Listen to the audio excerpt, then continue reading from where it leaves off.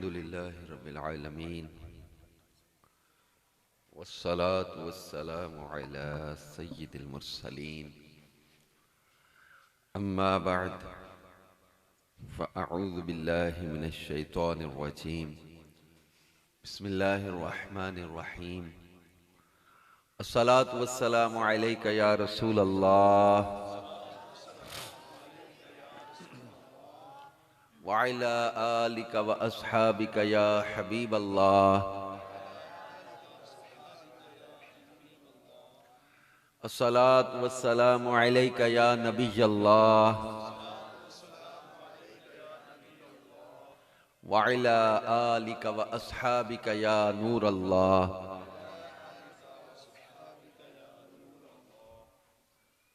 अल्लाह पाक के आखिरी नबी रसूल हाशिमी सल्लल्लाहु अलैहि व आलिहि वसल्लम ने इरशाद फरमाया, मन क़रअल क़ुरआन व हमिद रब्ब व सल्ला अलन नबी सल्लल्लाहु अलैहि वसल्लम वस्तग़फ़र रब्बहु फ़क़द तलबल खैर मकाना। फरमाया, जिसने कुरान पढ़ा, अल्लाह पाक की हम्द की और नबी सल्लल्लाहु अलैहि व आलिहि वसल्लम पर दुरूद भेजा और अपने रब से मग़फ़िरत तलब की, उसने खैर यानी भलाई को अपनी जगहों से तलाश कर लिया।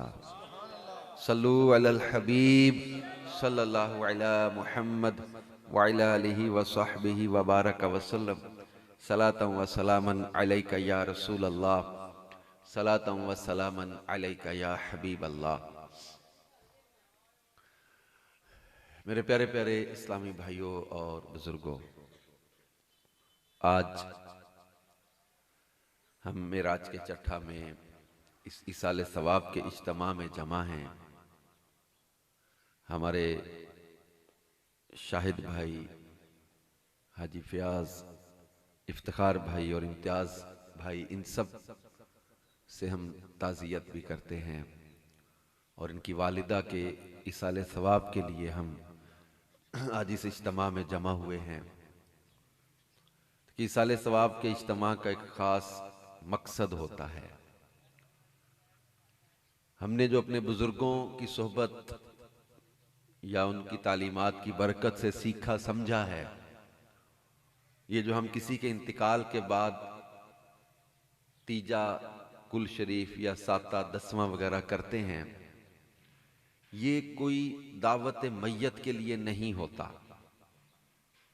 और ना कोई देगे पकाने या उसके बहाने के लिए कोई रस्म या कोई किसी कौम, बरादरी या कबीले का रवाज की वजह से करते हैं। नहीं, बुनियादी तौर पर इस इकट्ठ के तीन अहम मकासद हैं।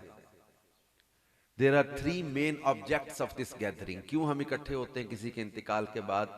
पहला मकसद होता है ताज़ियत, दूसरा मकसद होता है दुआ, तीसरा और अहम तरीन मकसद होता है फिक्र आखिरत। ये बुनियादी तौर पर तीन अहम मकासद हैं इस इकट्ठ के, इस जमा होने के, इस गैदरिंग के। और इसी टॉपिक पर मेरी कुछ गुफ्तगू आज होगी। अब समझते कि हर एक मौके की मुनासबत से टॉपिक होता है, मौजू होता है।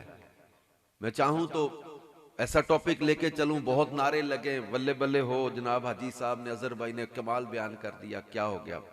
मैं वो टॉपिक लेके चलूं, नारे लगेंगे और एक माहौल बनेगा दूसरा, जिसमें मेरी वाह वाह भी होगी, नफ्स को ये भी पसंदीदा है। लेकिन आप समझते कि मुझे चूंकि बयान के पैसे नहीं मिलते, तो मैं मौके की मुनासबत से एक अच्छा पैगाम देने की कोशिश करता हूं कि ताकि हम लोग उस मौके और उस मुनासबत से कुछ दर्सो बयान सीखें, कुछ वाज़ो नसीहत की बात हो, कुछ सीखने समझने का माहौल हो। ऐसा नहीं हो उस टॉपिक में सीखने समझने का माहौल नहीं होता, लेकिन हर मौजू एक मौके की मुनासबत से होता है। ताज़ियत के बारे में हदीस पाक में है कि जो किसी मुसलमान के साथ ताज़ियत करे तो जितना सवाब उस सब्र करने वाले को मिलता है, ताज़ियत करने वाले को भी अल्लाह वो अजर अता फरमाता है। और रिवायत का यह भी मफहूम है कि ताज़ियत करने वाले को क़यामत के दिन अल्लाह जन्नती हुल्ला, जन्नती लिबास पहनाएगा। तो मुसलमान पर कोई गम, तकलीफ या परेशानी आए तो उसके साथ ताज़ियत करनी चाहिए। हौसला देना चाहिए, सब्र की ताकीद करे, हौसला बढ़ाए। और दूसरा मकसद होता है इस इकट्ठ का, वो होता है कुरान खानी, इस्तिगफार, कलमा शरीफ, वो अच्छे काम करके, खैरात करके, कोई नेकी के काम करके अल्लाह की बारगाह में दुआ करना। तो अल्लाह को दुआ पसंद है, अल्लाह से दुआ मांगी जाए, अल्लाह पाक को बंदे का ये अमल पसंद है। लिहाजा दुआ की कसरत का हमें हुक्म दिया। हदीस पाक में अल्लाह के प्यारे नबी सल्लल्लाहु अलैहि वसल्लम ने फरमाया, जो बला उतर चुकी और जो बला अभी नहीं उतरी, दुआ सबको किफायत करती है। तो दुआ मांगा करो अल्लाह के बंदो। दुआ ज्यादा मांगने का हुक्म दिया हदीस में। और अल्लाह पाक कुरान पाक में फरमाता है, उदऊनी अस्तजिब लकुम, मुझसे दुआ मांगो मैं कबूल करूंगा। उदऊनी में अमर है, हुक्म है, दुआ मांगने का हुक्म दिया है, अमर दिया है, अमर ऑर्डर है। अल्लाह हुक्म दे रहा है मुझसे दुआ मांगो। तो करीमों की ये शान नहीं होती कि सवालियों को बुला के खाली लौटा दें। वो हुक्म दे रहा है मुझसे मांगो। अब बंदा जब पूरे यकीन के साथ मांगे, दुआ के बारे में हदीस में है कि ये 3 फायदों से तो खाली होती ही नहीं ना। खुलासा इनका ये है कि जो मांगा वो मिल गया, जो मांगा उसके बेहतर कुछ और अता कर दिया, या जो मांगा दुनिया में असर जाहिर नहीं हुआ दुआ का, लेकिन आखिरत के लिए उसके लिए नेकी बना दी गई वो दुआ। वो क़यामत के दिन इतना बड़ा अजर देखेगा तो कहेगा काश दुनिया में मेरी कोई दुआ कबूल ही ना हुई होती और आज आखिरत में मुझे उसकी सूरत में सवाब मिल जाता। तो दुआ फायदे से खाली है ही नहीं, हुक्म दिया। बल्कि कुरान पाक में अल्लाह पाक ने अहले ईमान की सिफत बयान की, वल्लज़ीना जाऊ मिन बादिहिम यक़ूलूना रब्बना इग़फिर लना वलिइख़वानिनल्लज़ीना सबक़ूना बिल ईमान। अल्लाह पाक फरमाता वो लोग जो इनके बाद आए ये कहते हैं रब्बना इग़फिर लना, ऐ अल्लाह हमें भी बख्श दे, वलिइख़वानिनल्लज़ीना सबक़ूना बिल ईमान, और हमारे ईमान वाले भाई जो हमसे पहले चले गए उनकी भी मग़फ़िरत फरमा दे।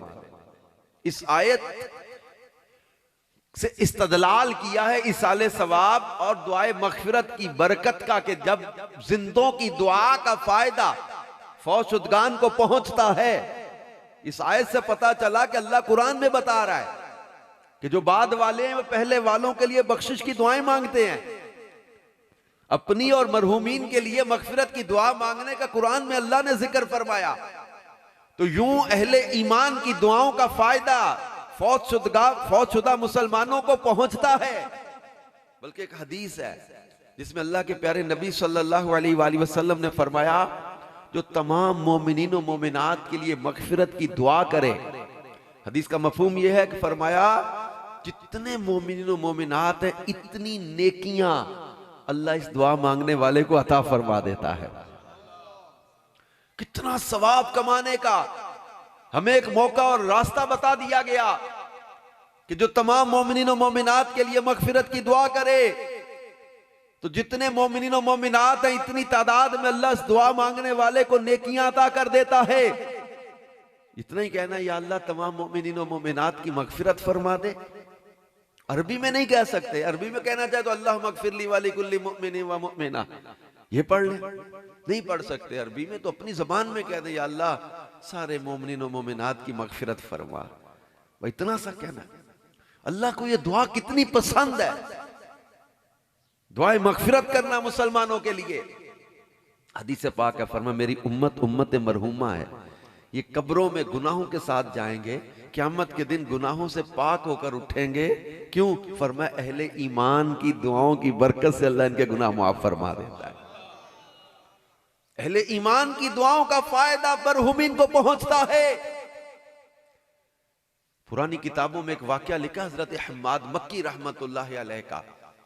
ये मक्का पाक के कब्रिस्तान में गए, वहां कहते मैं फातिहा पढ़ी, एक जगह में बैठा तो मेरी आंख लग गई, मैंने देखा कब्रिस्तान के मुर्दे जमा हैं। मैंने पूछा क्यों जमा हो? उन्होंने कहा कि क़यामत तो कायम नहीं हुई अभी, हम बल्कि आपस में सवाब बांट रहे हैं। मैंने पूछा क्या बांट रहे हैं?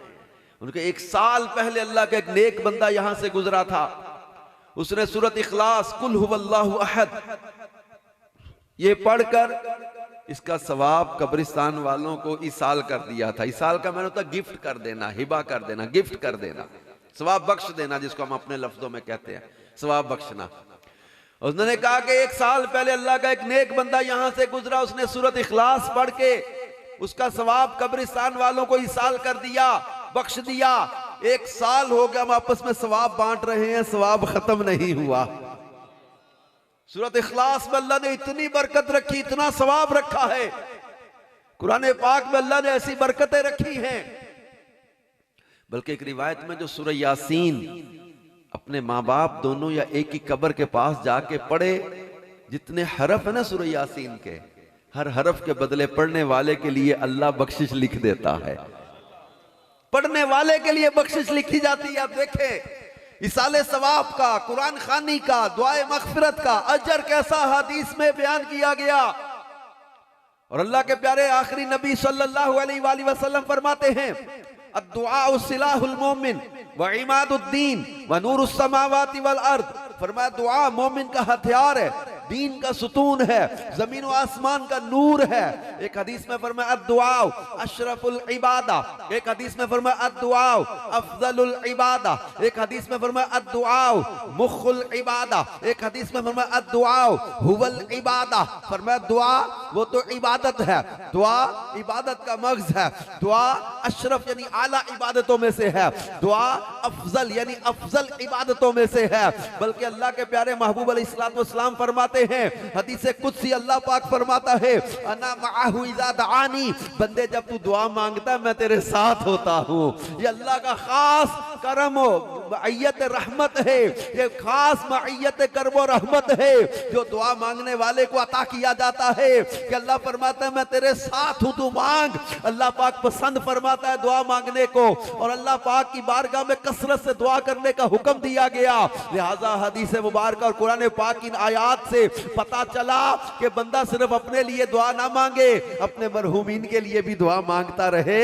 और एक हदीस है, फरमाया, इमाम तबरानी से हदीस को नकल करते हैं, जब औलाद माँ बाप के लिए दुआ करना छोड़ दे तो उसका रिस्क कता हो जाता है, रिस्क टूट जाता है। यानी रिस्क में बेबरकती कब होती है, इसके असबाब में एक सबब यह भी लिखा है कि जब औलाद माँ बाप के लिए दुआ करना छोड़ दे तो औलाद को चाहिए कि अपने माँ बाप के लिए कसरत से दुआ करते रहे।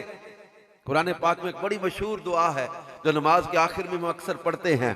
हम अल्लाह से क्या मांगते हैं, रब्बना इग़फिरली वली वालिदैया वलिल मुमिनीना यौमा यक़ूमुल हिसाब। रब्बना इग़फिरली, अल्लाह मुझे भी बख्श दे, वली वालिदैया, और मेरे माँ बाप को भी बख्श दे, वलिल मुमिनीना यौमा यक़ूमुल हिसाब। ये कुरानी दुआ है जो नमाज के आखिर में भी हम पढ़ते हैं। तो अब अल्लाह पाक की बारगाह में अपने माँ बाप के लिए दुआ करना, अल्लाह ने खुद कुरान में फरमाया, कुल कहो क्या, रब्बिरहमहुमा कमा रब्बयानी सगीरा, अल्लाह इन दोनों पर रहम फरमा जैसे बचपन में इन्होंने मेरी परवरिश की है। अल्लाह पाक कुरान में बता रहा है कि इनके लिए दुआ मांगो। कुरान पाक में हुक्म दे रहा है, वबिल वालिदैनि इहसाना, और अपने माँ बाप के साथ एहसान करो, भलाई करो, हुस्ने सुलूक करो। और आज के दौर में ये बड़ा एक अलमिया है हमारे मुआशरे का कि हमारे आजकल के नौजवान, ये बच्चे, हमारी आज की जनरेशन, ये माँ बाप के अदब एहतराम से दूर होते जा रहे हैं। जब से ये मोबाइल स्मार्टफोन का दौर आया है, अजीब जो वो मेंटेलिटी चेंज हो गई है। आज हमारे बच्चे, ये नौजवान, रात फेसबुक पर, सोशल मीडिया पर अपना, रात इनकी आंख बंद होती है, सुबह उठते हैं तो पहला काम मोबाइल देखते हैं।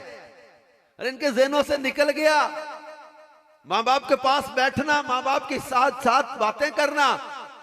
अरे माँ के चेहरे की ज़ियारत करना, बाप के चेहरे की ज़ियारत करना सादत समझा जाता था। ये सोच आज खत्म होती जा रही है। आज माँ बाप को कहना कहते हैं, बात कहते हैं तो आगे से गुस्सा कर जाते हैं। माँ बाप को समझाने लगे तो आगे से जिद पैदा कर लेते हैं, गुस्सा करके नाराज होकर दिखाते, आंखें दिखाते हैं। पूछो पुराने बुजुर्ग, ये बाबे बैठे हैं, इनसे पूछो आज से 30 साल 40 साल पहले ये क्या हालात थे और आज क्या हालात बदल गए हैं। अरे अब्बा जी के बराबर कोई बैठता नहीं था यार। पूछो इनसे, रात कहते थे अब्बा जी के पैर दबा के सोया करते थे, अम्मा के पैर दबा के सोते थे। आज अपने नौजवानों को देखो, माँ बाप के पांव दबाना तो दूर की बात, इनसे प्यार से बात करने के लिए तैयार नहीं। बस्ते का बोझ बढ़ता जा रहा है, किताबों का बोझ बढ़ता जा रहा है, इनके अंदर से अदब इल्म और शऊर खत्म होता जा रहा है, ऐसे लग रहा है। अजीब हालात है। ये 4 जमातें पढ़ जाते हैं तो बाप को कहते हैं अब्बा जी पागल है। अपने बाप को पेंडू समझ के नफरत की नजर से देखने लग जाते हैं। अपने दोस्तों के बीच में अब्बा जी आ जाए तो इसको लगता है शर्मिंदगी हो गई मेरी। अब्बा जी ने चादर पहनी हुई, अब्बा जी ने साफा बांधा हुआ, इस हालत में मेरे दोस्तों के बीच में आके बैठ गए, अपने आप को इंसल्ट समझने लगे। अपने बाप का चेहरा सामने आ गया तो इनकी सादगी, इनका जो है वो अपना अंदाज है जिंदगी, तुम्हें अब जो है वो ऑड लगने लग गया। वही माँ बाप जिन्होंने अपने मुंह के निवाले खिला खिला के बड़ा किया होता है, आज औलाद अगर चलने फिरने के काबिल हो जाए तो माँ बाप को कहते पागल है, इन्होंने हमारे लिए किया ही क्या है।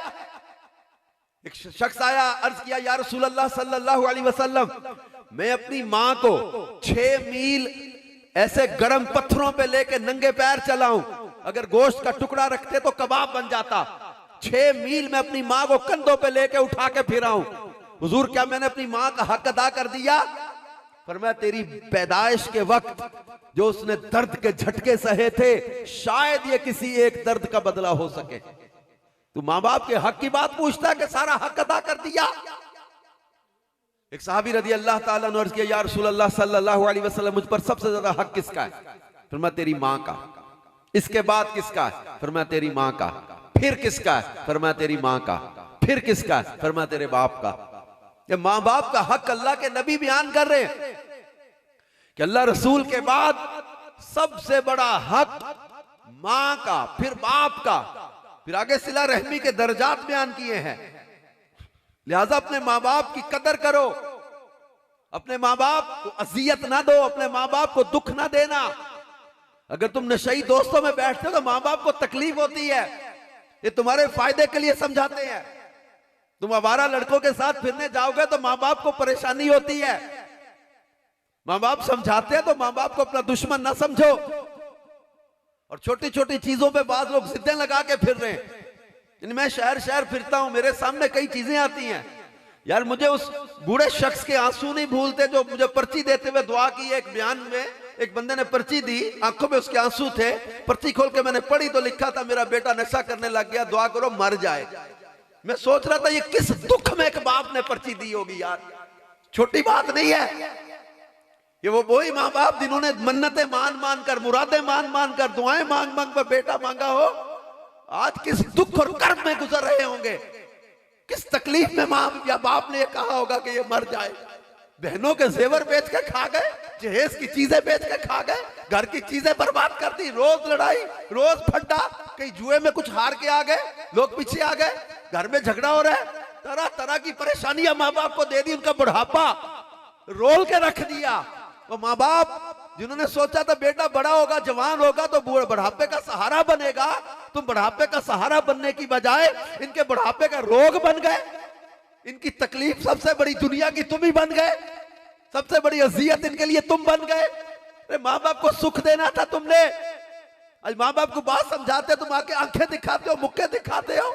ऐसे ऐसे हालात हमने देख लिए यार, ये बाप को थप्पड़ मार दिए, ऐसे ऐसे वाकयात हमने मुआशरे में देख लिए, ये माँ को थप्पड़ मार दिए, माँ बाप को गालियां देके डरा के समझा बैठा दिया। वही माँ बाप जिन्होंने सर्दियों की ठंडी रातों में वो माँ गीले बिस्तर पे खुद लेटी रहती थी, तुम्हें सूखे बिस्तर पे लिटाती थी। वो माँ जिसने अपने जो वो अपने आराम को, अपनी जिंदगी को तुम्हारे नाम कर दिया। वो माँ बाप सारा दिन बाहर मजदूरी करे, मेहनत करे, कारोबार करे, नौकरी करे, जॉब करे, जमींदारी करे, काश्तकारी करे, बाप सारा दिन मेहनत करके आए, माँ सारा दिन घर के काम करती थी। और मशीनी दौर नहीं था, हाथ से काम होते थे, हाथ से कपड़े धोने, हाथ मुशक्कत का दौर था, तकलीफों का दौर था। माँ सारा दिन घर के काम करे, बाप सारा दिन बाहर काम करे। रात जब इनके आराम का वक्त आता था तुम उठ के रोने लग जाते थे। ये सारी सारी रात तुम्हें लेके बैठे रहते थे, सारी सारी रात तुम्हारी फिक्र करते थे। समझ नहीं आती बच्चा क्यों रो रहा है। माँ पे परेशान है। बाप ने कभी नहीं कहा इसको फेंक दो मुझे नींद आई है। माँ ने कभी नहीं कहा बाहर मर मुझे नींद आई है। नहीं, अपना आराम कुर्बान किया इन्होंने। कभी कान में गरम तेल डाला, कभी कुछ कावा बना के पिलाया, पता नहीं पेट में दर्द है, पता नहीं कान में दर्द है। बच्चे का माँ बाप किस कदर फिक्र करते थे। अपनी नींद की परवाह नहीं, अपने आराम की परवाह नहीं, अपनी आसाइशों की परवाह नहीं, अपनी तबीयत की परवाह नहीं, अपने आप को बीमारियां लगा ली इन्होंने अपनी औलाद को पालते हुए। और वही औलाद जवान होके बड़ा होके कहे कि जनाब ये माँ बाप पागल, इनको समझ कोई नहीं, हमारे लिए किया क्या इन्होंने। उसी माँ के आगे जबान चलाते हो जिस माँ ने बोलना सिखाया, उसी बाप के आगे जबान चलाते हो जिसने उंगली पकड़ पकड़ कर चलना सिखाया। ये बातें मैं नौजवानों में खास तौर पर इसलिए करता हूं, ये बच्चे बैठे नौजवान बैठे हैं, खुदारा अपने माँ बाप की कदर करो, अपने माँ बाप की जियारत को सादा समझो। इस चेहरे की जियारत करो, इस चेहरे की जियारत को सादा समझो, इनकी खिदमत को सादत और सवाब समझो। और पूछो इस नेमत की कदर उनसे जिनके पास नहीं है। इस नेमत की कदर उनसे पूछो जो सुबह उठ के चेहरे की जियारत करना चाहते हैं लेकिन मां का चेहरा नजर नहीं आता। पूछो इस नेमत की कदर उनसे जो अपने बाप की जियारत करना चाहते हैं लेकिन बाप का चेहरा नजर नहीं आता। ईद आती, शबरात आती, जिंदगी में कोई बड़ी कामयाबी मिलती है, बंदे का दिल करता जाके बताऊं मां को बाप को, लेकिन फिर वो चेहरा जब नजर नहीं आता ना तो हसरतें और पछतावे रह जाते हैं। इस वक्त को याद करोगे, आज तुम्हारे पास है ना, तुम्हें इसलिए कदर नहीं है। यकीन करो जिनको सच्चा प्यार होता है ना, मैंने 70-70 साल के बाबे देखे हैं यार, मां बाप का जिक्र आता है इनकी आंखों में आंसू आ जाते हैं। आज भी अपनी मां को ये भूलते नहीं है, आज भी इनके साथ कनेक्टिविटी ऐसी है मां बाप की। और आज तुम्हारे पास है कि तुम लोगों को कदर नहीं, एहसास नहीं। मैं एक वाक्या बताता रहता हूँ यार, मैं ईद से पहले एक दावत इस्लामी के ना इज्तिमाई एतिकाफ होते हैं, तो एक एतिकाफ में बयान करने गया, नारोवाल की तरफ शायद बयान था मेरा, आखिरी दिन था रमजान का। एतिकाफ में लड़के बैठे हुए थे काफी सारे, तो मैंने सबसे नियत कराई कि यार कल जाके ना ऐसा करना, माँ के पैर चूम के माफी मांग लेना। कुछ भी हुआ है ना जिंदगी में, कभी भी तलखी हो जाती है, माँ बाप का हक बहुत बड़ा है, कभी कोई कमी बेशी हो गई हो तो माँ के कदम चूम के जाके माफी मांग लेनी। सब नियत करो। तो इस तरह कह के ना मैं चला गया। अगले दिन ईद का दिन था, मैं ईद की नमाज के बाद कब्रिस्तान गया, तो वहां बार बार एक नंबर से कॉल आए, बार बार कॉल आए। मैंने कहा पता नहीं कौन, इतना जरूरी मसला है किसी का कोई, तो मैंने नंबर अटेंड कर लिया। अननोन नंबर था कोई। एक लड़का बोला, कहता जी साहब वो कल मैं इत्काफ में बैठा हुआ था तो आपने नियत करवाई थी कि माँ के पैर चूम के माफी मांगनी है और कहलवाना है, माँ से कहो कि अम्मा माफ कर दे। तो मैंने कहा कि जी कल मैंने करवाया तो था। कहता जी हाजी साहब माँ माफ नहीं कर रही। मैंने कहा चलो तरला करो, मेरी तरफ से कहो। फोन में ही मुझे आवाज आ रही है, कह रहा अम्मा हाजी साहब कहते माफ कर दे। खामोशी। तो कहता नहीं हाजी साहब माँ माफ नहीं कर रही। अभी परेशान हो गया। मैंने कहा जब जैसे मर्जी राजी करो, मैं क्या करूं, राजी करो माँ को। थोड़ी देर रोने लग गया, टाइम मार के जैसे बंदा रोता ना, रोए पर। कहता हाजी साहब कल तुसी बड़ी ज्यादती की है। मैं क्या हुआ? कहता कल आपने कह तो दिया कि सारे जाके माँ से माफी मांग लेना। कहता हाजी साहब आधा घंटा हो गया माँ की कब्र के पास बैठा, कह अम्मा एक बारी कह दे माफ कीता। माँ की कब्र के पास बैठा हूं। कहता हाजी साहब कल आप ये भूल गए जिसकी माँ नहीं वो कहां जाएगा। ईदां ते शबरातां आईयां सब लोकी करानू आए, पर ओ नहीं आए मुहम्मद बख्शा जेड़े आप हथी दफनाए। उस नौजवान की गुफ्तगू ने मुझे हिला के रख दिया। मैं कभी नियत कराता भी हूं तो मैं मोहताज जुमले बोलता हूं, कहता हूं जिनके माँ बाप जिंदा हैं वो जाके माफी मांग लो, वरना देखो वो लोग जिनको ईद के दिन भी मिलने के लिए, मां को मिलने के लिए कब्रिस्तान जाना पड़ता है, जिनको ईद के दिन मिलने के लिए अब्बा जी को कब्रिस्तान जाना पड़ता है। अरे तुम्हारे पास है, तुम इनकी कदर कर लो। जिस दिन अब्बा जी या मां की कब्र में जब वो मैयत पहुंच गई ना, उस दिन तुम्हें ये जुमले मेरे याद आएंगे। आज इनके चेहरे, इनके हालत देखो ना, जितने नौजवान बैठे हो, अरे डेफिनेटली माँ बाप बूढ़े हो रहे हैं, हो चुके हैं। इनके सफेद बाल तुम्हें किसी बात की याद दिला रहे हैं। ये ज्यादा देर है तुम्हारे साथ नहीं रहेंगे। इनको अंदर ही अंदर, किसी को हेपेटाइटिस है, किसी को शुगर है, किसी को ब्लड प्रेशर है, कोई जो है वो अंदर ही अंदर हार्ट पेशेंट बन गया, किसी के अंदर कैंसर बन गया। अरे अंदर ही अंदर फेफड़े खत्म हो रहे हैं, किसी का जिगर खत्म हो रहा है। अनकरीब आंखें बंद कर जाएंगे, ये दुनिया छोड़ जाएंगे। उस दिन जिस दिन माँ की चारपाई घर खाली हो गई ना, उस दिन तुम्हें घर की दीवारें पूछेंगी ये माँ कहाँ है। उस दिन जिस दिन अब्बा जी दुनिया से चले गए, तुम शिद्दत के साथ इन्हें याद करोगे। खुदारा अपने माँ बाप की कदर कर लो, इनकी खिदमत को सआदत समझो। ये बुढ़ापे में मिल जाए, इनकी बीमारी को बोझ ना समझना, इनकी इबादत समझ के इनको जो है वो इनका इलाज करवाओ, इन पर खर्च करो। इन पर खर्च करने का तुम्हें सवाब मिलेगा। माँ बाप पर खर्च करने वाले को सदके का सवाब मिलता है।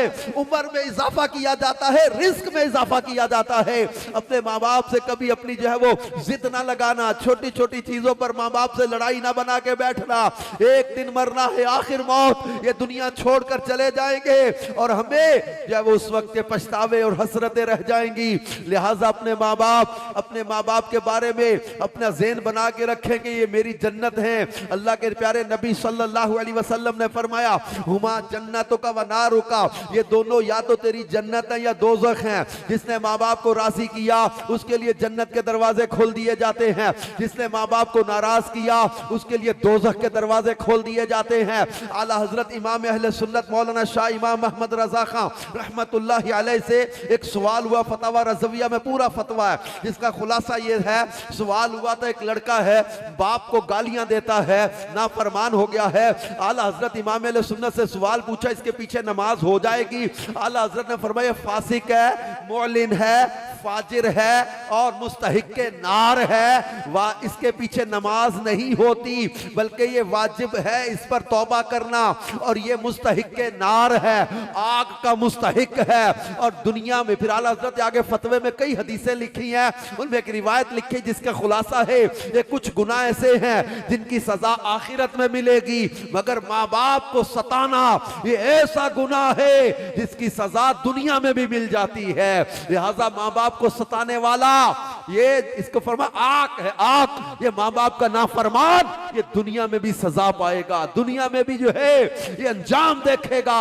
लिहाजा कभी माँ बाप का दिल दुखाने का बाइस ना बनना, माँ बाप को अजियत ना देना, माँ बाप को दुख ना पहुंचाना, इनके आंसुओं का बाइस ना बनना, बल्कि इनको राहत पहुंचाओ, इनके दिल की खुशी का सामान करो, इनके लिए अपने बाजू खोल के रखो, इनको जो नरमी मोहब्बत से बात करो। कुरान कहता है इनके आगे उफ तक नहीं करना।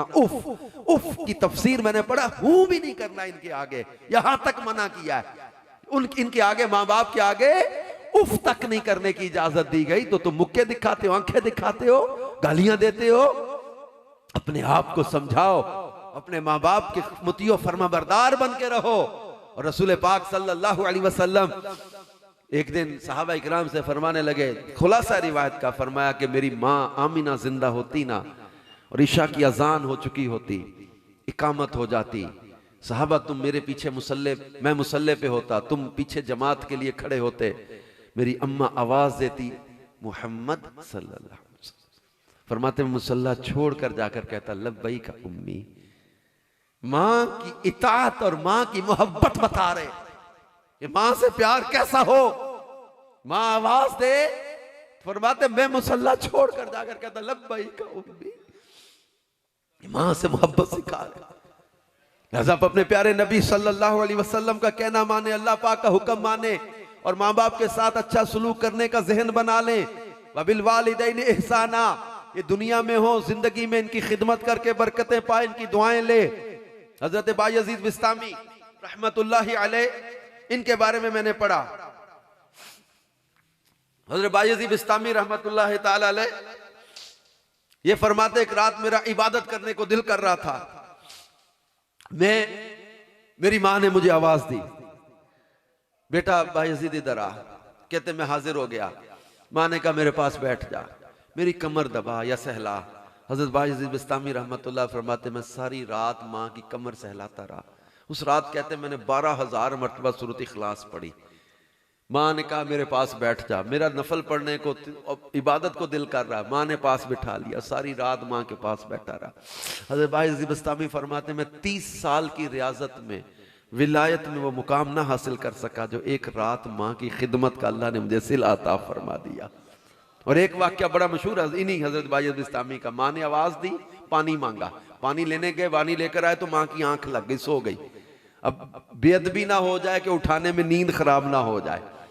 जा इसलिए नहीं रहे कि मां की आंख खुलेगी तो पानी ना देखा तो मां को नाराजी ना आ जाए, नाराज ना हो जाए मां। सारी रात मां के सिराने प्याला लेके खड़े रहे। माइनस टेम्परेचर होगा, जो किताबों में लिखा है कि उंगली जम गई थी बर्फ के साथ, बर्फ बन गया था पानी जो टपका हुआ था।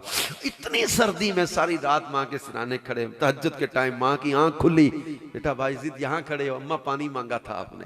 सारी रात होगी खड़ा हूं कि मां की आंख खुलेगी तो पानी पेश करूंगा। अम्मा सजदे में गिरी और कहा अल्लाह मैं अपने बेटे से राजी हूं, तू भी इससे राजी हो जा, तू भी इससे राजी हो जा। बायजीद बिस्तामी रहमतुल्लाह अलैह फरमाते मुझे मां की दुआएं लगी। किसी ने हजरत बायजीद बिस्तामी के इंतकाल के बाद देखा इनकी दाढ़ी जो वो मोतियों की बनी हुई थी, मोतियों की दाढ़ी बनी हुई। तो पूछा ये इतना मुकाम कैसे मिला जन्नत में? कहा मैं जब मां के कदम चूमता तो मेरी दाढ़ी मां के कदमों से मस हो जाया करती थी। जो अल्लाह ने ये मां के कदम चूमने की बरकत से ये सादत अता की। अपने मां बाप को खिदमत करोगे तो दुनिया में भी इज्जत पाओगे, आखिरत में भी बरकत पाओगे। लिहाजा आज के इज्तिमा का खास पैगाम ये भी है नौजवानों के लिए, इन बच्चों के लिए, कि अपने माँ बाप का कहना मानो, तुम्हें अल्लाह सवाब देगा, बरकत देगा, इज्जत देगा दुनिया आखिरत की। और अहम तरीन मकसद आज के इज्तिमा का वो है फिक्र आखिरत, मौत और कब्र की याद। माँ बाप दुनिया से चले जाएं तो उनकी कब्र पर भी ज्यादा कसरत से जाए। ये भी किताब में मैंने पढ़ा एक में कि जो माँ बाप की कब्र पर कसरत से जियारत करने जाया करेगा तो जब ये दुनिया से जाएगा तो फरिश्ते इसकी कब्र की जियारत करने आया करेंगे। माँ बाप दुनिया से चले जाएं तो भी इनकी कब्र पर हाजिरी देते, इसाले सवाब करता रहे, दुआए मगफिरत करता रहे। वो मशहूर तिरमिज़ी शरीफ की हदीस आपने पढ़ी सुनी होगी, तो माँ बाप की तरफ से हज करे अल्लाह उस हज को कबूल कर लेगा। उस हदीस का खुलासा क्या है कि इस हज करने वाले को क्या मिलेगा? जो माँ बाप के नाम का हज करेगा, फरमाया इस हज करने वाले को अल्लाह 10 हज के बराबर सवाब अता फरमाएगा। इससे क्या पता चला कि माँ बाप के लिए इसाले सवाब करना, इनके लिए दुआए मगफिरत करना, इनकी तरफ से कोई नेकी का काम करना, ये अपने सवाब में कमी नहीं करता। बल्कि एक रिवायत है, फरमाया जो तुम में से खैरात करे वो अपने माँ बाप के नाम की कर दे, इसके सवाब में कोई कमी नहीं होगी, इसके माँ बाप को भी अल्लाह सवाब अता फरमा देगा। जो भी कोई खैरात करे तो माँ बाप के नाम का कर दे। जैसे मैंने अर्ज किया ना कि ये हमारा मकसद नहीं है इस इज्तिमा का, जब हम तीजा साता 10वां या 40वां करते तो ये देखें पकाने का बहाना नहीं है, किसी कौम बरादरी की रस्म या रिवाज की वजह से नहीं है। असल मकसद है इसाले सवाब। ये देखो के बगैर भी खत्म पाक हो जाता है। वैसे तो किसी मुसलमान को पानी पिलाने का भी सवाब है, खाना खिलाने का भी सवाब है, जरूरी नहीं है लेकिन मना भी नहीं है। दावत मैयत की सूरत नहीं, इसाले सवाब के लिए करता है तो ये जायज है, सवाब है, बरकत है, मगर ये जरूरी भी नहीं है खाना पकाना। लेकिन असल मकसद फिक्र आखिरत, तो दिल नरम होते हैं ऐसे मौके पर, फौतगी के मौके पर दिल नरम होते हैं। मौत कब्र का तस्करा हो रहा होता है, उस वक्त मौत कब्र की याद आती है, उस वक्त इंसान के लिए एक लाया अमल तैयार करना आसान हो जाता है। अपना मकसद हयात, जिंदगी का मकसद समझ में आता है कि हम दुनिया में क्यों भेजे गए हैं, दुनिया में क्यों भेजा, अयाशियां करने, शराबें पीने, बदकारियां करने, बेहयाइयां करने क्यों भेजा? अल्लाह पाक कुरान पाक में हमारा मकसद हयात बयान करते हुए इरशाद फरमाता है, अफहसिबतुम अन्नमा खलकनाकुम अबसन व अन्नकुम इलैना ला तुरजाऊन। अफहसिबतुम, क्या तुम ये समझते हो, अन्नमा खलकनाकुम अबसा, हमने तुम्हें बेकार बनाया है, व अन्नकुम इलैना ला तुरजाऊन, और क्या तुम्हें हमारी तरफ फिरना नहीं है? क्या हमारी तरफ लौट कर नहीं आना? ये दो बातें इस आयत में बयान की गई हैं कि ना तो तुम्हें बेकार बनाया है, ना तुम्हें सदा रहने के लिए बनाया है। क्यों बनाया, दुनिया में पैदा क्यों किया? फरमाया वमा खलक़तुल जिन्ना वल इंसा इल्ला लियअबुदून, हमने इंसानों और जिन्नों को अपनी इबादत के लिए पैदा किया है। मौत और जिंदगी क्यों पैदा की? अल्लाह सूरह मुल्क में इरशाद फरमाता है अल्लज़ी खलक़ल मौत वल हयात लियब्लुवकुम अय्युकुम अहसनु अमला, वो अल्लाह है जिसने मौत और जिंदगी को पैदा किया। क्यों? लियब्लुवकुम अय्युकुम अहसनु अमला, ताकि जांचें कि तुम में किसका अमल ज्यादा अच्छा है। ये अमलों की जांच के लिए जिंदगी और मौत को पैदा किया है कि ताकि देखा जाए कि तुम में कौन अच्छी जिंदगी बसर करता है, कौन अच्छे अमल करता है। दुनिया में दो तरह की जिंदगियां लोग गुजार रहे हैं, एक अच्छी जिंदगी, एक बुरी जिंदगी, एक फरमाबरदारी वाली जिंदगी, एक नाफरमानी वाली जिंदगी, एक अल्लाह को राजी करने वाली जिंदगी, एक अल्लाह को नाराज करने वाली जिंदगी, एक अल्लाह का रिस्क खा के अल्लाह की बंदगी करने वाली जिंदगी, एक अल्लाह की नेमतें इस्तेमाल करके अल्लाह को नाराज करने वाली जिंदगी। दो तरह की जिंदगियां गुजार के दुनिया से एक दिन जाना है।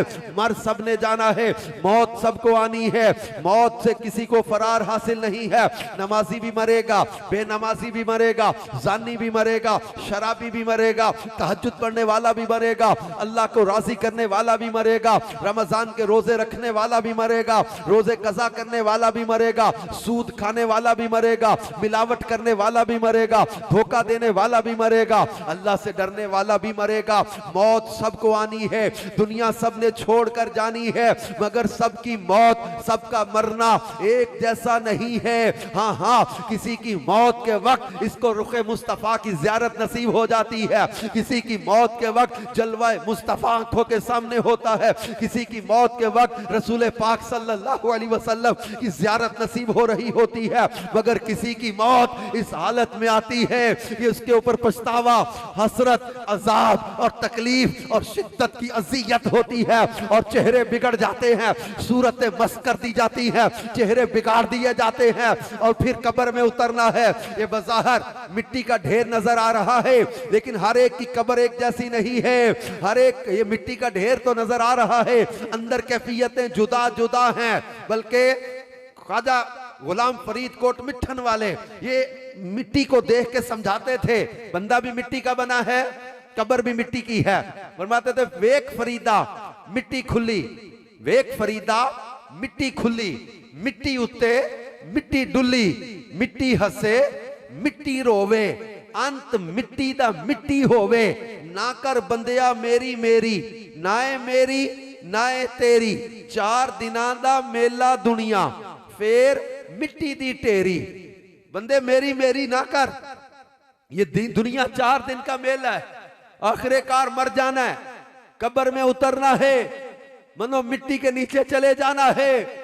ये कब्र बज़ाहिर मिट्टी का ढेर, मगर इसके अंदर 2 तरह की कैफियतें। हदीस है अल कब्रु रौज़तुम मिन रियादिल जन्नह औ हुफ़रतुम मिन हुफ़रतिन नार, कब्र या तो जन्नत के बागों में से एक बाग है या दोज़ख के गढ़ों में से गड़ा है। किसी की कब्र जन्नत का बाग, किसी की कब्र दोज़ख का गड़ा। हर एक की कब्र एक जैसी नहीं है। फिर मैदान महशर में उठना हर एक का एक जैसा नहीं है।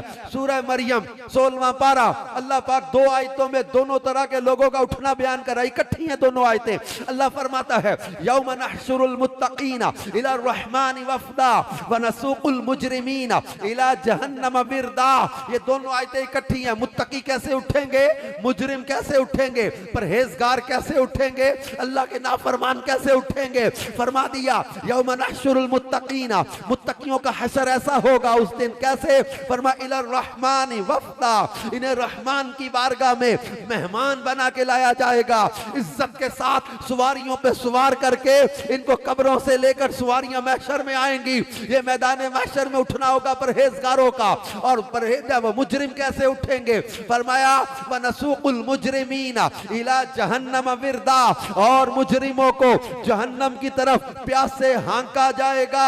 ये प्यासे घसीटे जाएंगे जहन्नम की तरफ। ये कैसे घसीटे जाएंगे? अल्लाह रब्बुल आलमीन सूरह रहमान में इसको और खोल देता है। कैसे उठाएंगे मुजरिम? अल्लाह पाक फरमाता है युअरफुल मुजरिमून बिसीमाहुम फयुखज़ु बिन्नवासी वल अक़दाम फबिअय्यि आलाइ रब्बिकुमा तुकज़्ज़िबान हाज़िही जहन्नमुल्लती युकज़्ज़िबु बिहल मुजरिमून यतूफून बैनहा व बैन हमीमिन आन फबिअय्यि आलाइ रब्बिकुमा तुकज़्ज़िबान। अल्लाह रब्बुल आलमीन इरशाद फरमाता है उस दिन युअरफुल मुजरिमून बिसीमाहुम, उस दिन मुजरिम अपनी निशानियों से पहचान लिए जाएंगे। ए बंद कमरों में, तारीख रातों में, कुंडियां लगा के, पर्दे करके, लोगों से छुपा के गुनाह करने वाले मेरे नादान भाई, अगर कोई ये समझता है ना कि मैं बड़ा चालाक हूं, आई एम वेरी जीनियस, मैं किसी को पता ही नहीं चलने देता, अरे नादान, उस रब्बुल आलमीन जल्ला शानुहु ने हमारे पर्दे रखे हुए हैं, हमारे ऐबों को छुपाया हुआ है, हमारे गुनाहों को छुपाया हुआ है। जिसे तुम अपनी चालाकी समझ रहे हो, जिसे तुम अपना जो है हुनर और कमाल समझ रहे हो, तुम समझ तो मैं किसी को पता ही नहीं चलने देता, मैंने अंदाज बदल लिया, मैंने तरीका बदल लिया, मैंने जो है वो अपना जो स्टाइल बदल लिया। अरे नादान, जिस रब ने पैदा किया है वो रब्बुल आलमीन फरमाता है अला यअलमु मन खलक व हुवल लतीफुल खबीर, क्या वही ना जाने जिसने तुम्हें पैदा किया है? अला यअलमु मन खलक, क्या तुम्हारे खालिक को नहीं पता तुम क्या कर रहे हो?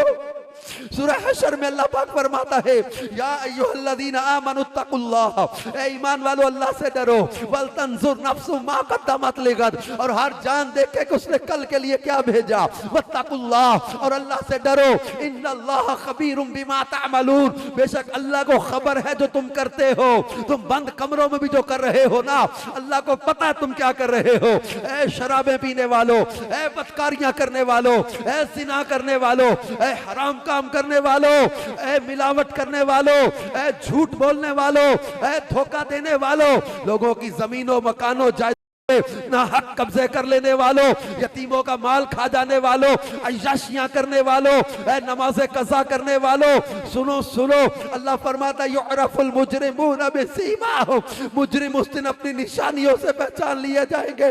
फयुखज़ु बिन नवासी वल अक़दाम, इन्हें पेशानियों से और कदमों से पकड़ लिया जाएगा। क्या होगा?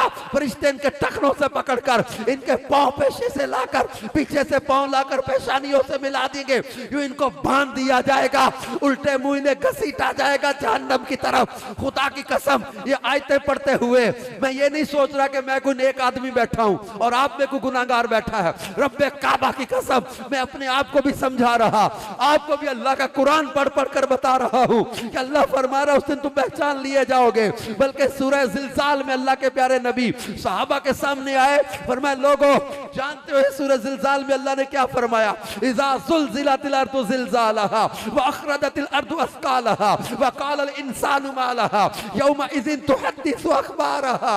रावी कहते जब अल्लाह के प्यारे नबी इस आयत पर पहुंचे, यौमा इज़िन तुहद्दिसु अख़बारहा, उस दिन जमीन अपनी खबरें खोल देगी। रावी कहते मैंने देखा अल्लाह के प्यारे नबी की आंखों से आंसू बह रहे थे, रसूल पाक रोने लगे। पूछा लोगों जानते हो ये जमीन की खबरें क्या हैं? अर्ज़ किया अल्लाह रसूल बेहतर जानते हैं। फरमाया जमीन बोलेगी ऐ मालिक, इस बंदे ने फला वक्त मेरे ऊपर ये गुनाह किया था, फला वक्त ये अमल किया था, फला वक्त ये जुर्म किया था। जमीन खोल रही होगी खबरें। सूरह यासीन में अल्लाह फरमाता है अल यौम नख्तिमु अला अफ़वाहिहिम व तुकल्लिमुना अयदीहिम व तशहदु अर्जुलुहुम बिमा कानू यक्सिबून। उस दिन मुंहों पर मोहरें लगा दी जाएगी। व तुकल्लिमुना अयदीहिम, तुम्हारे हाथ कलाम करेंगे, व तशहदु अर्जुलुहुम, तुम्हारे पांव गवाही देंगे, बिमा कानू यक्सिबून, जो तुम कसब करते थे, जो तुम कमाइया करते थे। उस दिन मुंहों पर मोहरें लगा दी जाएगी, आसा बोलेंगे, जमीन खबरें खोलेगी। उस वक्त अल्लाह अली व खबीर बंदे के अमाल को खोलेगा, नामा अमाल खोला जाएगा। हम समझते किसी को पता नहीं चला, तुम चुप चुप कर कमरे बंद करके फिल्में देखो, गंदे मनाजिर देखो, बेहयाई के काम करो, तुम्हें कभी ये डर नहीं लगा कि अल्लाह नाराज हो गया तो मेरा क्या बनेगा? तुम इसको अपनी चालाकियां समझ रहे हो। आज ताकत है, आज जवानी है, तो तुम किसी बात का असर नहीं ले रहे। तुम अजाब या दोज़ख या आखिरत या डराने वाली बातों को मजाक में उड़ा के गुजर जाते हो। अरे अल्लाह अल्लाह अल्लाह अलीम व खबीर ने हमारे पर्दे रखे हुए, वरना वो चाहे तो जिना करने वाले के आसा को मफलूज कर दे, वो चाहे तो शराब पीने वाले के आज़ा को मफलूज कर दे, वो चाहे तो नमाज छोड़ने वाले के आज़ा को मफलूज कर दे। उस रब ने हमें मोहलत दी, उस रब ने हमें तौबा का मौका दिया, उस रब ने हमारे पर्दे रखे, हमारे ऐब छुपाए, हमारे गुनाहों को छुपाया हुआ है, हमारी शक्लों को नहीं बिगाड़ा, हम पर पत्थर नहीं बरसे, हमें जमीन में नहीं धंसा दिया। लेकिन कुरान पाक में अल्लाह ने यह बता तो दिया कि मुजरिम कहां होंगे, अल्लाह के नाफरमान कहां होंगे। फरमाया इनकी पेशानी और कदमों से पकड़ लिया जाएगा, उल्टे मुंह घसीट कर दोज़ख में डाला जाएगा। फिर आगे अल्लाह फरमाता है, फरमाया यतूफूना बैनहा, इसमें चक्कर लगाएंगे, किसमें? जिसके बारे में फरमाया हादिही जहन्नमुल्लती युकज़्ज़िबु बिहल मुजरिमून, ये है वो दोज़ख जिसे मुजरिम झुटलाते थे। आज कई लोग मजाक में उड़ा देते इन बातों को, लतीफों में उड़ा देते, हंस के उड़ा देते कि झूठ है सब अज़ाब। इतनी डराने की बात ना करो, अल्लाह कुरान में बता रहा है कि ये बातें हाज़िही जहन्नमुल्लती युकज़्ज़िबु बिहल मुजरिमून, ये है वो दोज़ख जिसे मुजरिम लोग झुटलाते थे। यतूफूना बैनहा, इसमें चक्कर लगाएंगे। चक्कर कैसे लगाएंगे? बैनहा व बैन हमीमिन आन, और वो खोलते पानी के चक्कर लगाएंगे। मुख्तलिफ किताबों में लिखा हुआ है, इसकी तफसीरों में लिखा हुआ है खोलता पानी क्या होगा। बाज़ ने लिखा कि जहन्नमियों का पसीना, बाज़ ने लिखा कि जहन्नमियों के खून और पीप जहां जमा हो रही होगी ना, तो ये अहले नार को पीने के लिए पीप वाला पानी वो दिया जाएगा, खोलता पानी होगा। और ये खाने के लिए मांगेंगे तो इन्हें जहन्नमी थोहर, ये कांटेदार ज़कूम होगा जो गले में फंस जाएगा। ये चिल्लाएंगे, मौत मांगेंगे, मौत नहीं आएगी। ये किसी तरह से पानी मांगेंगे तो इनको दौड़ाया जाएगा, ये उस चश्मे के पास जाएंगे। वो चश्मा किस चीज का होगा? खोलते पानी का, जहां जहन्नमियों का खून और पीप जमा हो रही होगी, इनको पीने के लिए दिया जाएगा। जब ये प्याला करीब करेंगे ना, वो होंठ जल जाएंगे, ऊपर वाला ऊपर तक, नीचे वाला नीचे तक, और ये पिएंगे, अंतड़ियां कट कट कर इनकी निकल जाएंगी, और ये चिल्लाएंगे कि मौत आ जाए। लेकिन उस वक्त मौत नहीं आएगी। ये मौत मांगेंगे लेकिन इनको मौत नहीं आएगी, जिल्द जल जाएगी, दोबारा जिल्द चढ़ाई जाएगी, बार बार अज़ाब दिया जाएगा।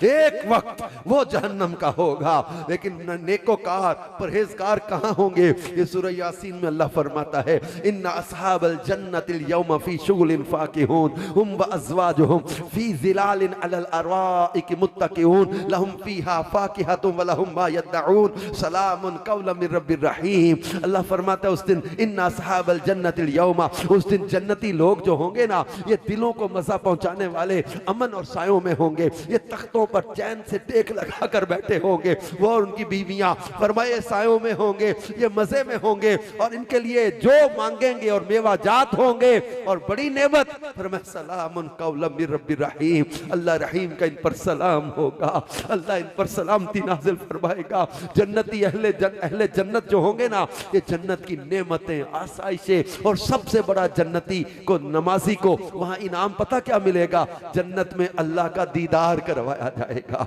ये क़यामत का मंजर हमारे सामने कुरान ने बयान किया, अहादीस मुबारका में बयान किया गया। लिहाजा हम गौर करें कि हमने किस तरह की जिंदगी गुजारनी है, अच्छी जिंदगी या बुरी जिंदगी, अल्लाह की नाराजी वाली या अल्लाह को राजी करने वाली। अल्लाह राजी हो गया, खुदा की कसम दुनिया में भी दिल को सुकून रहेगा, आखिरत में भी इंशाअल्लाह इज्जत और बरकत मिलेगी। क्योंकि अल्लाह कुरान में फरमाता है, ये मुत्तकी पता कहां होंगे? तकवा क्या है? हराम से बचना, अल्लाह का डर जिसके दिल में हो। जिसके दिल में अल्लाह का डर होता ना, वो किसी पर जुल्म नहीं करता, ज्यादती नहीं करता, धोखा नहीं देता। ये जो दूध में पानी मिलाते, मिलावट करते हैं, बल्कि पानी तो पानी, आजकल तो केमिकल मिला मिला के लोगों को बर्बाद कर रहे हैं ना, ये जो जुल्म कर रहे हैं ना, ये जो ज्यादतियां कर रहे, धोखे दे रहे, ये सूदी कारोबार में पड़ गए, जुए में पड़ गए, शराबों में पड़ गए, हराम में पड़ गए, हराम रोजी कमाने लग गए, नाजायज कामों में लग गए। इनको डरे, अल्लाह का डर दिल में पैदा करे, तकवा इख्तियार करे। जो डर गया ना अल्लाह से, हराम छोड़ दिया, परहेजगारी इख्तियार कर ली, इसका सिला पता क्या मिलेगा? अल्लाह पाक फरमाता है, इन्नल मुत्तकीन फी मकामिन अमीन, इन्नल मुत्तकीन फी जन्नाति व नहर, कहीं फरमाया इन्नल मुत्तकीन फी जन्नाति व उयून, कहीं फरमाया इन्नल मुत्तकीन फी ज़िलाल व उयून, कहीं फरमाया इन्नल मुत्तकीन फी जन्नाति व नईम, कहीं फरमाया इन्नल मुत्तकीन फी जन्नाति व उयून, इन्ना लिल मुत्तकीन मफाजा, कहीं फरमाया वल्लाहु वलियुल मुत्तकीन, कहीं फरमाया इन्नल्लाह युहिब्बुल मुत्तकीन, कहीं फरमाया वअलमू अन्नल्लाह मअल मुत्तकीन, कहीं फरमाया वल आकिबतु लिल मुत्तकीन। ये परहेजगार फरमाया अमन में होंगे, सायों में होंगे, चश्मों में होंगे, नेमतों में होंगे, बागों में होंगे। मुक्दी गल मुका देती वल आकिबतु लिल मुत्तकीन, आखिरत तो है ही परहेजगारों के लिए। बल्कि यहाँ तक फरमा दिया कि मुत्तकी अल्लाह इनसे मोहब्बत फरमाता है, वल्लाहु वलियुल मुत्तकीन, अल्लाह इनका दोस्त है। बल्कि यहाँ तक फरमा दिया वअलमू अन्नल्लाह मअल मुत्तकीन, जान लो अल्लाह परहेजगारों के साथ है। फरमाया वमन यत्तकिल्लाह यजअल लहू मखरजा व यरज़ुक़हु मिन हैसु ला यहतसिब व मन यतवक्कल अलल्लाहि फहुव हस्बुह। जो अल्लाह से डरे, जो अल्लाह से डरे, डर तो पैदा करो अल्लाह का, हराम छोड़ो, गुनाह छोड़ो, नाजायज काम छोड़ो, गलत तरीका छोड़ कर देखो, अल्लाह पर भरोसा करके तो देखो। इस आयत ने जिंदगी में मुझे बड़ी ताकत दी, बड़ी कुव्वत दी, बड़ी पावर दी। आप अपने अंदर ताकत लाना चाहते तो कुरान से ताकत मिलेगी। अपने अंदर पावर लाए। इंसान जिंदगी में बाज़ औक़ात चीजों को, कईयों को सोचकर कॉम्प्लेक्स का शिकार हो जाता है। या फलां दोस्त इतना आगे निकल गया, फलां कजन यूं हो गया, फलां दोस्त यहां पहुंच गया, वहां पहुंच गया। दुनिया, माल, पैसा, दुनिया खींचती है इंसान को अपनी तरफ। ये फलां की यार देखो इतनी बड़ी चीजें बन गई, ये हो गया, वो हो गया। इंसान अपने हलाल और पाकीज़ा रोजी पर गौर करे। थोड़ी है, सुथरी है ना, हलाल की है। किसी का हराम देख के अपने आप को हराम के रास्ते पे, शॉर्टकट के रास्ते पे ना चलाना चाहे, अल्लाह पर तवक्कुल रखे। अल्लाह फरमाता वमन यत्तकिल्लाह, जो अल्लाह से डरे यजअल लहू मखरजा, अल्लाह उसके लिए बचने का रास्ता निकाल देगा। व यरज़ुक़हु मिन हैसु ला यहतसिब, और वहां से रोजी देगा उसे जहां से उसने सोचा भी नहीं होगा। वमन यतवक्कल अलल्लाहि फहुव हस्बुह, जो अल्लाह पर भरोसा करे अल्लाह उसके लिए काफी है। तो अल्लाह पर भरोसा करेंगे, हराम से बचेंगे, गुनाह से बचेंगे, अल्लाह को नाराज करने वाले कामों से बचेंगे। आज हमारे शाहिद भाई, इनके भाइयों ने इस इज्तिमा का इनेकाद किया अपनी वालिदा के साले सवाब के लिए। हम इनकी वालिदा के लिए दुआए मग़फ़िरत करेंगे, साथ अपने लिए एक ज़ेन बनाकर जाए ना, मकसद हयात हमारा क्या है। अपनी ज़िंदगी का एक लाया अमल तैयार करके जाएं कि मैंने अल्लाह की नाफरमानी का काम नहीं करना, नाराज़ अल्लाह को नहीं करना, रसूल पाक सल्लल्लाहु अलैहि वसल्लम को नाराज़ नहीं करना, परहेज़गारी वाली ज़िंदगी इख्तियार करनी है। इमाम गजाली रहमतुल्लाह अलैह ने तकवे के बारे में बयान करते हैं, आखिर में एक जुमला लिखा है, तकवे की हकीकत यह है कि तेरा रब तुझे वहां ना देखे जहां जाने से उसने मना किया है। तकवे की हकीकत पता क्या है? तेरा रब तुझे वहां ना देखे जहां जाने से उसने मना किया है। लिहाजा तकवा इख्तियार करें। यतीमों का माल कई लोग खा जाते हैं, विरासत में तकसीम सही नहीं करते, नाजायज काम करते, हराम कामों में जा पड़ते, तो वो मिलावट करके, झूठ बोल के, हेरा फेरियां करके, धोखा दे के माल तो आ जाएगा, पर मियां साहब फरमाया करते बेशर्मी दे मुर्गे नालों साग सरों दा चंगा। अपने ये हलाल की थोड़ी रोजी ना, ये भी अच्छी है यार, हराम के ज्यादा माल से बेहतर है ना, ये थोड़ी भी अच्छी है। बल्कि वो किसी वो क्या वो बड़ा कहते हैं ना, कई लोगों को देखो, चेहरा देखो, मेहराब देखो माथे पे, और हुलिया देखो, दाढ़ी पगड़ी, और जनाब लगे कि यार यही इस इलाके का कुतुब है, लेकिन गोदाम में देखो मिलावट भी हो रही है, नाप तोल में कमी भी हो रही है, हेरा फेरी नहीं छोड़ते। कई हज भी करते, उम्रे भी करके आते हैं, बड़ी जनाब देखो चेहरा हुलिया देखो तो बंदा सोच ही ना सके कि बंदा भी फ्रॉड कर सकता है, लेकिन झूठ बोल के, झूठी कस्में उठा के सौदे कर जाते हैं, मुकर जाते हैं, पैसे लेके मुकर जाते हैं। कई वैसों को समझाते हुए बुजुर्ग कहते हैं ना, हज भी कीती जाते हो ते लहू भी पीती जाते हो, खा के माल यतीमां दा ते भज मसीती जाते हो, फट दिलां दे सींदे नहीं ते टोपियां सीती जाते हो, छुरी ना फेरी नफसां उत्ते ते दुंबे कीती जाते हो, दिल दे पाक पवित्र हुजरे भरी पलीती जाते हो, ओ फर्ज भुलाई बैठे हो ते नफलां नीती जाते हो। दसो ते सही बुल्ले शाह नूं ऐ की कीती जाते हो। खुदारा अपने दिल को सुथरा करो, अपनी सोचों को पाकीज़ा करो, नफरतें ना फैलाओ, मोहब्बतें बांटने वाले बनो। कई लोग ऐसे जिद्दी होते, सुलह ही नहीं होने देते, ना फैमिली में, ना खानदान में, ना बरादरी में। नहीं जी नहीं, मरन जीन खत्म है साडा। और अल्लाह के बंदो सुलह अल्लाह रसूल को पसंद है, सुलह करवा दो। क़यामत के दिन अल्लाह कैसे कैसे बंदों की सुलह करा देंगे, हदीसों में बयान किया।